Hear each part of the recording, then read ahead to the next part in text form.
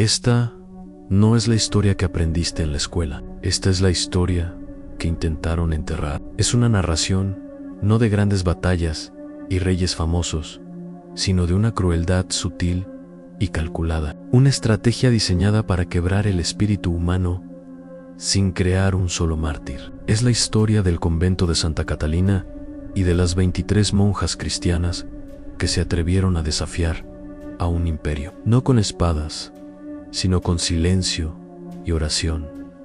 La pregunta no es si puedes manejar la verdad, es si estás dispuesto a recordarla. Si alguna vez te has preguntado por qué ciertas historias se desvanecen mientras otras se repiten una y otra vez, estás en el lugar correcto.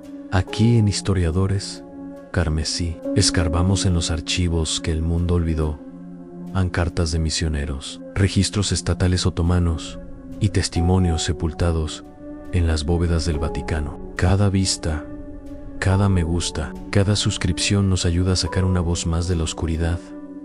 Ahora, volvamos a ese convento, porque la campana ha dejado de sonar y las puertas están a punto de romperse para comprender realmente lo que le sucedió a estas mujeres. Debes comprender la máquina que las consumió. 17 años antes, en 1453, la joya de la cristiandad, Constantinopla, había caído. La ciudad que se había mantenido en pie durante más de 1000 años, desapareció en 53 días de fuego de cañón y sangre. La Hagia Sofía, que alguna vez fue la catedral más grande del mundo, fue despojada de sus cruces a las pocas horas de la conquista. Sus imponentes mosaicos fueron cubiertos con yeso, sus antiguas campanas fundidas. En el plazo de una semana, la llamada a la oración resonaba desde sus majestuosas cúpulas, reemplazando los himnos que habían cantado allí durante 9 siglos. El sultán Mehmed II se paró en la nave de esa antigua iglesia y la declaró mezquita, no porque simplemente necesitara otro lugar de culto. Él entendía algo que la mayoría de los conquistadores no logran captar. No se derrota a un pueblo matándolo, se lo derrota borrando quiénes eran. Los otomanos no solo conquistaron territorio, conquistaron la identidad. Cuando Mehmed miró hacia el oeste, hacia los restos dispersos y heridos del mundo bizantino, vio heridas que se negaban a sanar. Cada campana de iglesia que seguía sonando, cada monasterio que aún se alzaba desafiante en una ladera distante, cada cruz que proyectaba sombras sobre el suelo conquistado, no eran solo símbolos religiosos, eran declaraciones, eran actos de desafío, eran la prueba de que el viejo mundo cristiano se negaba a morir por completo. Y cada monja que todavía rezaba en latín era un recordatorio vivo, palpable y evidente de que la fe podía sobrevivir a los ejércitos. Así que el sultán tomó una decisión consciente. Si no se convierten, desaparecerán. No a través de la masacre. La masacre crea mártires, y los mártires inspiran resistencia. Se escriben canciones, se cuentan historias, y los muertos se vuelven inmortales. Los otomanos habían perfeccionado algo mucho más elegante, mucho más escalofriante, algo que no dejaba ni canciones, ni historias, ni memoria en el borrado. Era Sur para 1470. Esta estrategia refinada y calculada se había puesto a prueba en todo el imperio. Monasterios griegos en Morea, conventos serbios en los Balcanes, iglesias armenias en Anatolia. No las quemaron todas. Convirtieron algunas, abandonaron otras y reutilizaron el resto. Pero el patrón siempre era el mismo. Primero venía la oferta, luego venía el silencio. El convento de Santa Catalina, encaramado precariamente en una ladera de Tesalia, lejos de cualquier guarnición o aliado, estaba a punto de convertirse en el próximo caso de prueba. Otra nota a pie de página en la brutal expansión de un imperio. Pero estas mujeres, acurrucadas dentro de los muros de piedra, no sabían que eran notas a pie de página. No eran guerreras. Eran mujeres que habían pasado toda su vida en el silencio y la devoción. Sus únicas armas eran rosarios. Su única armadura, su fe. La mayoría de ellas nunca había visto a un soldado, nunca había sostenido una hoja, y ciertamente nunca imaginaron que tendrían que hacerlo. Pensemos en la hermana Eloni, la abadesa. Había sido su líder durante 12 años. Antes de eso, había atendido a los enfermos en un pueblo que fue devorado por completo por la plaga de 1448. Anne llegó al convento no para escapar del mundo, sino para encontrar una manera de darle sentido a su incesante sufrimiento. Luego estaba la hermana Magdalena, apenas de 19 años. Había tomado sus votos hacía solo 2 años. Sus manos aún tenían los callos ásperos de la granja de su padre. Una granja y una familia asesinadas en una incursión brutal. El convento era el único lugar donde se había sentido segura desde entonces, y la hermana Teodoris, de 70 años, había sobrevivido a 2 abadesas, un emperador y más guerras de las que podía contar. Había dejado de temer a la muerte décadas atrás, pero ninguna de ellas se había enfrentado a esto. Ansí este momento de la historia no te conmueve para querer aprender más. Es posible que te estés perdiendo la lección más crucial que nuestros ancestros murieron por enseñar, que lo más peligroso que puedes hacer frente al poder abrumador es negarte a olvidar quién eres ahora. Veamos qué sucede cuando una fe inamovible se encuentra con un imperio imparable.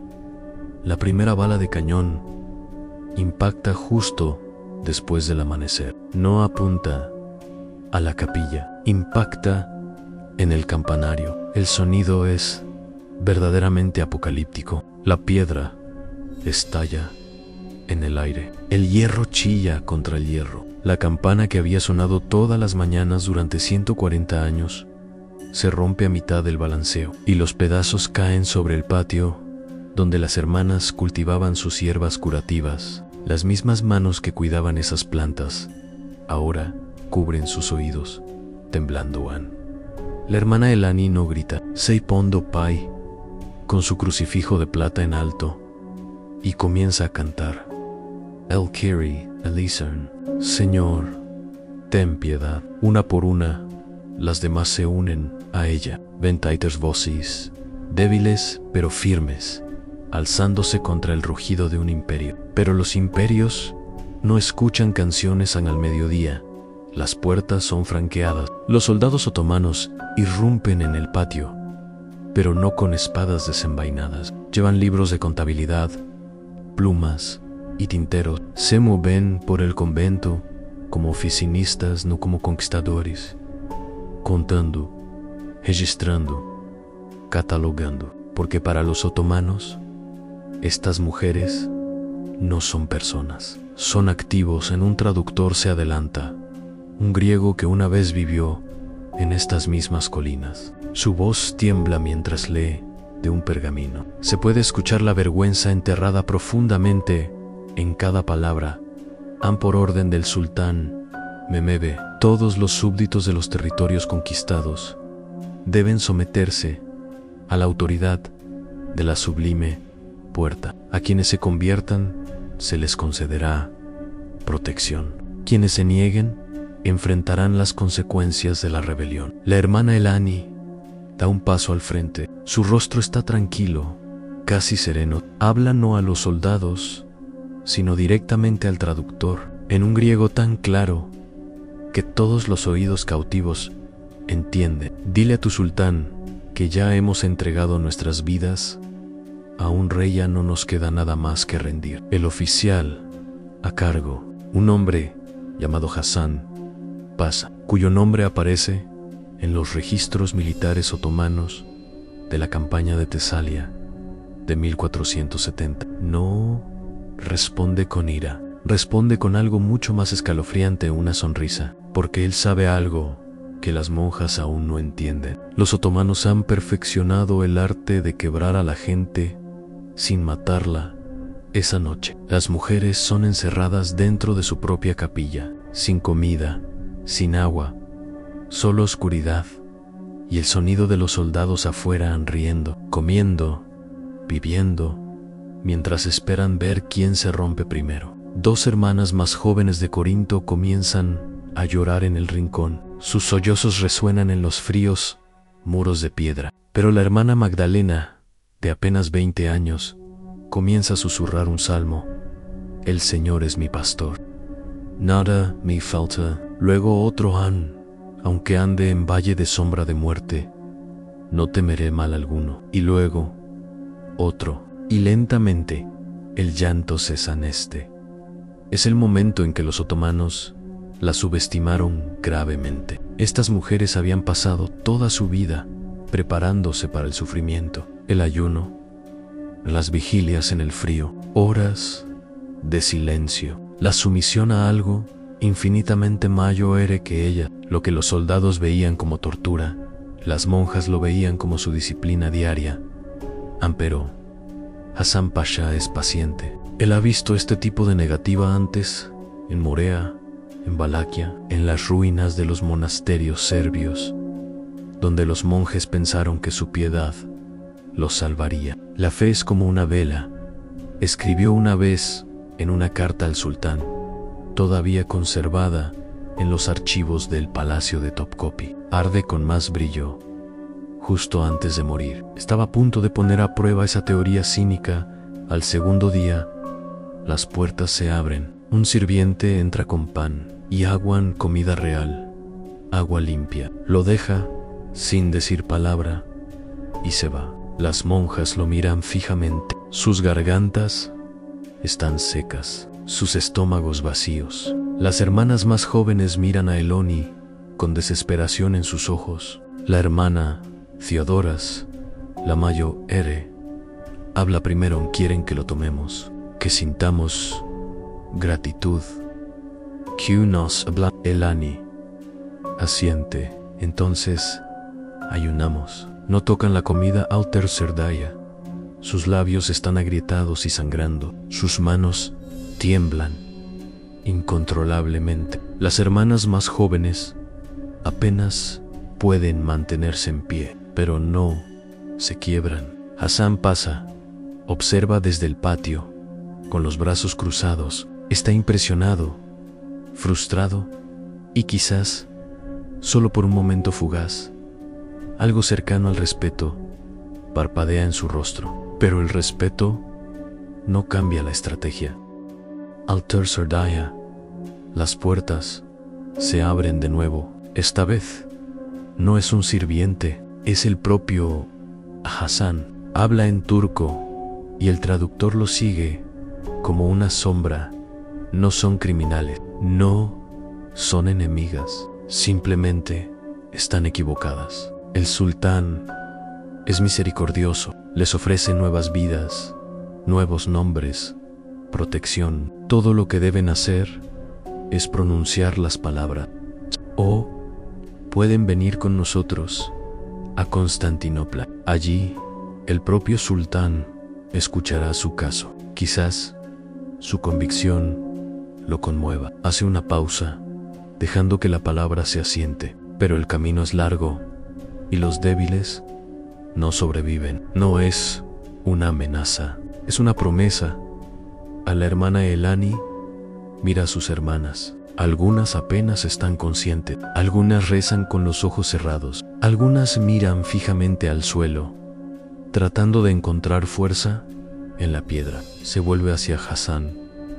Caminaremos. La terrible sonrisa regresa a su rostro. Bien, partimos al amanecer. Esa noche, las monjas se abrazan en la oscuridad. Nadie habla, pero la hermana Magdalena comienza a tararear suavemente un himno que cantaban en vísperas. Una por una, las demás se unen a ella. Afuera, los soldados lo escuchan. Algunos se detienen, algunos desvían la mirada. Uno de ellos, años después, le contará a su nieto la historia de las mujeres que se cantaron a sí mismas hasta la muerte. Pero esa historia también será olvidada. Por ahora, el himno se eleva a través de las grietas en las paredes de la capilla y se extiende en la noche.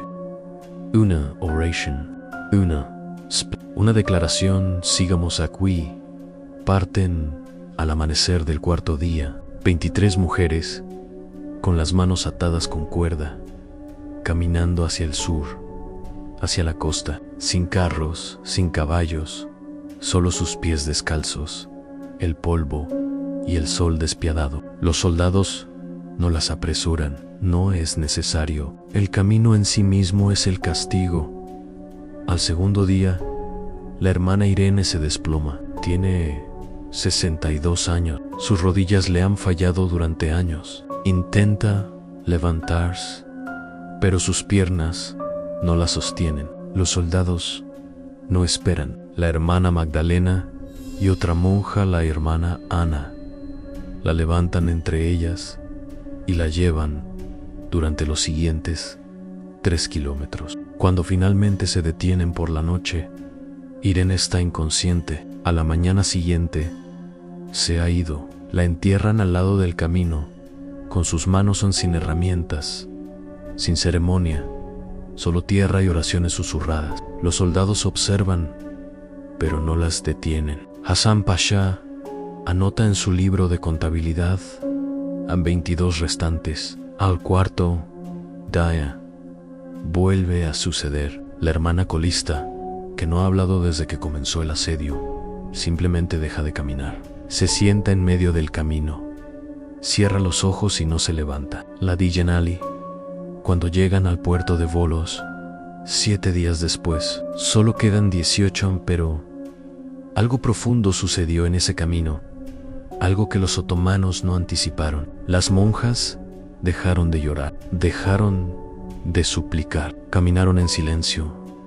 Sí, pero no era el silencio de la derrota, era el silencio de mujeres que ya habían tomado su elección final y eterna. La hermana Eloni había estado caminando al frente de la fila, guiándolas incluso con las manos atadas. Pero en la mañana del 7º día, Hasan Pasha la llama. Es llevada a su tienda, sola. Lo que sucede a continuación no está descrito en los registros otomanos. Está descrito en una carta de un mercader veneciano que presenció las secuelas. Una carta descubierta en 2003 en los archivos de Dubrovnik. Escriben Seid cómo la trajeron de vuelta al amanecer. No podía caminar. Sus ojos, Dios me perdone, sus ojos estaban abiertos, pero ella ya no estaba dentro de ellos. La vistieron de seda y la pasearon por el campamento como una conversa, pero cuando pasé cerca, escuché que sus labios se movían. Todavía estaba rezando en latín. En silencio, ella no se había roto, simplemente le habían quitado el cuerpo y habían dejado su alma vagar. Esta es la estrategia otomana que la historia no te enseña. No querían mártires, querían fantasmas. Mujeres que caminarían, hablarían, comerían y respirarían, pero que nunca volverían a estar completas. Pruebas vivientes de que la rebelión era inútil. Advertencias vivientes para cualquiera que pensara que la fe podría resistir el peso del imperio. La hermana Elani caminó con ellas el resto del camino hasta la costa, pero nunca volvió a hablar. Nunca miró a nadie a los ojos. Estaba allí, pero no estaba. Las hermanas más jóvenes lloraron cuando la vieron. Las mayores simplemente rezaron con más fervor.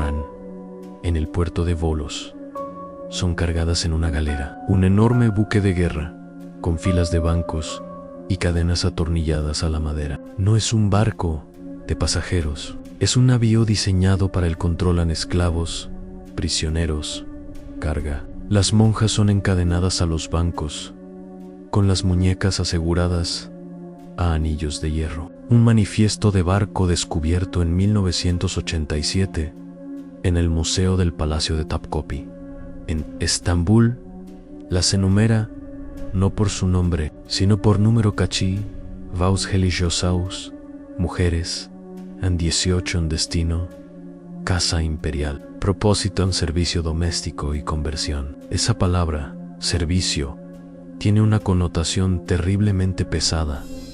El viaje dura 12 días. El mar no es amable. Las tormentas azotan la cubierta. El rocío salado pica sus labios agrietados. El barco se balancea y las mujeres que nunca han visto el océano vomitan hasta que no les queda nada. Por la noche, la más joven, la hermana Magdalena, susurra salmos en voz baja. Su voz es débil, apenas audible, sobre las olas que rompen. Pero los otros prisioneros griegos, serbios, italianos, hombres y mujeres encadenados a su lado, giran la cabeza para escuchar. Por un momento, el vasto e implacable mar parece calmarse cuando el barco finalmente entra en el Bósforo. Las hermanas ven el horizonte de Constantinopla alzarse ante ellas, cúpulas, minaretes, muros que parecen extenderse para siempre. La ciudad brilla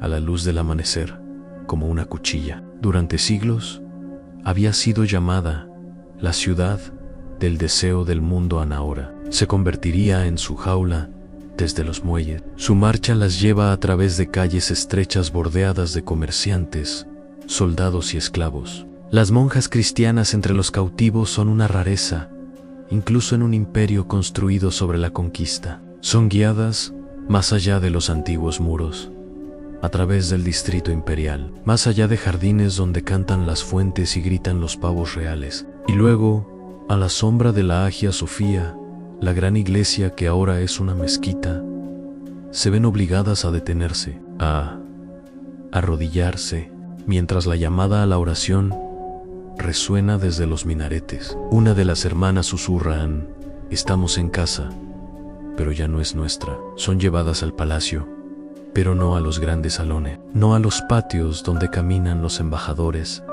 y conspiran los visires. Son llevadas abajo por escaleras de piedra que descienden en espiral hacia la oscuridad, a través de túneles que huelen a humedad y decadencia, a un lugar que oficialmente no existe. Si sigues viendo esto, es porque una parte de ti sabe que esta historia debe ser contada. Suscríbete a Historiadores Carmesí, no por nosotros, sino por ella, por las voces que fueron tragadas por el silencio. Ahora, sigámoslas hacia la oscuridad, bajo el palacio de Topkapi. Existe una red de túneles olvidados, almacenes, cuartos de servicio, corredores que serpentean a través del lecho de roca como venas antiguas. Y en el rincón más alejado, sellada durante siglos, había una habitación sin propósito oficial. En 2011, durante las obras de restauración, los arqueólogos rompieron una pared falsa. Lo que encontraron los paralizó. Grabadas en la piedra, apenas visibles, había cruces, docenas de ellas, pequeñas, toscas, talladas con uñas o fragmentos de cerámica rota. Y debajo de esas cruces, grabadas en latín, 4 palabras: Lux in tenebris lucet, la luz brilla en la oscuridad. Esta era su capilla durante meses, quizás años. Estas mujeres vivieron bajo el palacio, trabajando como sirvientas silenciosas durante el día, fregando suelos, lavando sábanas, encendiendo fuegos para habitaciones a las que nunca entrarían. Pero por la noche, cuando el palacio dormía, se reunían en esta habitación olvidada y rezaban. No tenían sacerdote, ni altar, ni Biblia, solo memoria. Recitaban salmos de memoria, versos semi-olvidados, remodelados en oraciones que las mantenían con vida. Cantaban himnos en susurros tan débiles que la piedra apenas los captaba. Celebraban la comunión con pan robado de las cocinas y agua de los pozos del palacio, y grababan su fe en la piedra, un rasguño a la vez, sabiendo que nadie lo vería jamás. La hermana Magdalena estaba entre ellas, la niña que había susurrado salmos en el barco, que había cargado a la hermana Irene en el camino, que se había negado a apartar la mirada cuando trajeron a la hermana Eloni de vuelta en seda. Ella se convirtió en su voz en la oscuridad, Los arqueólogos también encontraron su marca, un pequeño pájaro raspado en la esquina de la pared. Al lado, 23 líneas, una por cada hermana, pero solo 11 líneas estaban completas. El resto se desvanecía en la nada. Utilizaron cerámica rota como candelabros, un trozo de lino como mantel de altar. Con un fragmento de un espejo roto, improvisaron una cruz tosca. En esta capilla secreta se reunían cada noche después de que el palacio dormía, sin himnos, sin sermones, solo susurros. Cada mujer se arrodillaba y compartía un recuerdo en su hogar, la campana de su iglesia, el calor del pan antes del amanecer. Estos recuerdos se convirtieron en sus nuevos salmos, pequeñas ofrendas a un Dios que todavía escuchaba en la oscuridad. Un prisionero veneciano, retenido en el palacio para pedir rescate en 1478, escribió Sabra, voces extrañas que resonaban bajo el harén, mujeres cantando en latín a un Dios que no es de este imperio. Durante siglos, los historiadores lo descartaron como superstición, hasta que encontraron la capilla. Rasguños se vuelven erráticos, desesperados, las líneas se profundizan, como si hubieran sido talladas con más fuerza, más urgencia. Luego, nada en los registros otomanos de 1482 mencionan una limpieza del personal del palacio bajo el nuevo sultán. Cualquiera que fuera considerado improductivo o resistente fue removido, sin detalles, sin nombres, sin lugares de entierro, solo una línea en un libro de contabilidad, escrita en pulcra caligrafía otomana dispuestas. Las monjas de Santa Catalina desaparecieron de la historia. 18 mujeres que habían caminado 7 días por el infierno, que habían cruzado el mar encadenadas, que habían grabado oraciones en piedra en la oscuridad. Se fueron pero su capilla permaneció. Un diplomático francés en 1712 escribió sobre un rumor entre los sirvientes más viejos del palacio, que en ciertas noches, si uno se paraba en los pasillos inferiores, el aire se enfriaba, y si se escuchaba con atención, se podían oír mujeres cantando en latín. Él lo descartó como superstición, las creencias tontas de sirvientes sin educación. Pero las paredes no mienten. En 2011, cuando los arqueólogos examinaron la capilla más de cerca, encontraron algo más en rastros de cera, no de vilas otomanas, sino de una fuente diferente, más antigua, mezclada con hierbas, el tipo de velas que las monjas hacían en los conventos, lo que significa que mantuvieron su vigilia durante más tiempo de lo que nadie creyó posible. Meses, quizás años, tallando cruces, susurrando oraciones, negándose a desaparecer. El pájaro de la hermana Magdalena fue la última marca en la pared. A su lado, raspadas tan débilmente que casi no estaban allí, 2 palabras en griego en perduramos, pero la verdad es que no solo perduraron, dejaron algo que los imperios no pudieron borrar, a una habitación llena de cruces, una oración tallada en piedra, prueba de que la fe podía sobrevivir donde los muros y las cadenas no podían. En el Imperio Otomano duró hasta 1922, en 600 años de conquista y poder. Peril al final. Fueron esos rasguños en la pared los que sobrevivieron, no los decretos del sultán, no los libros de contabilidad de Hassan Pasano, la seda con la que vistieron a la hermana Eloni. Solo 4 palabras en latín, talladas por mujeres que el mundo olvidó. Lax in tenebres lucet. La luz brilla en la oscuridad. Entonces, ¿por qué importa esta historia? Porque no se trata de religión, ni siquiera se trata de los otomanos. Se trata de lo que hace el poder cuando intenta borrar a la gente, y lo que sucede cuando esa gente se niega a desaparecer. El Imperio Otomano duró 600 años. Conquistaron 3 continentes, reescribieron mapas idiomas, culturas enteras. Convirtieron la catedral más grande de la cristiandad en una mezquita. Gobernaron desde las puertas de Viena hasta los desiertos de Arabia, pero no pudieron borrar a 18 mujeres que rasparon oraciones en piedra pinza.